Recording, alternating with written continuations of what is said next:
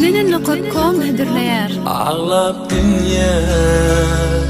İlyan adam diyen va on fanağın Gülke qarşan yere yeni veli Gülke qarşmak için yurda vada durmuş çalışan yere Ağlap dünya İlyan adam diyen va on fanağın Gülke qarşan yere yeni veli Gülke qarşmak için yurda vada durmuş çalışan yere Getici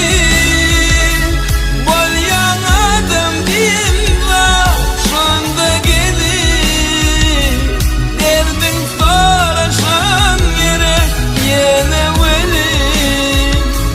Derdin soruşmak için odan seni dertten konuşan gerek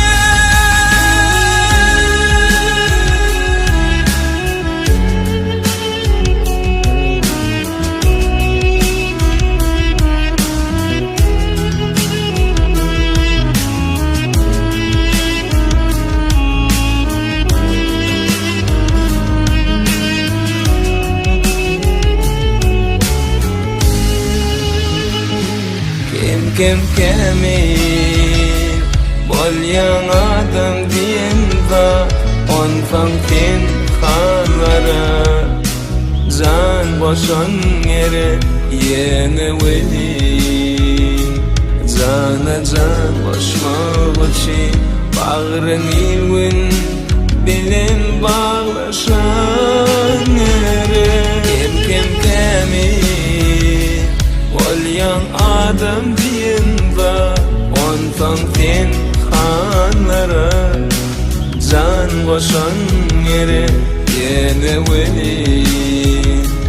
Cana can boşmak için bağrın ilvin bilen bağlaşan yere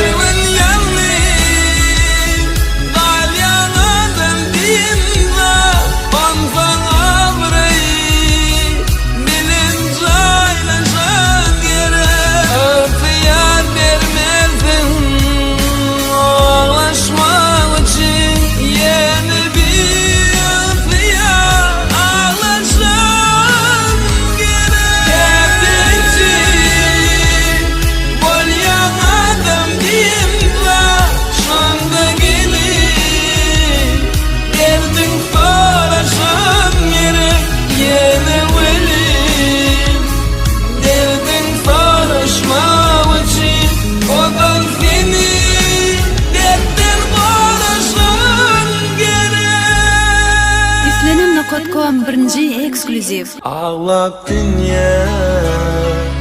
İlyan adam diyen va on fanağın Gülke qarşan yere yeni veli Gülke qarşmak için yurda vada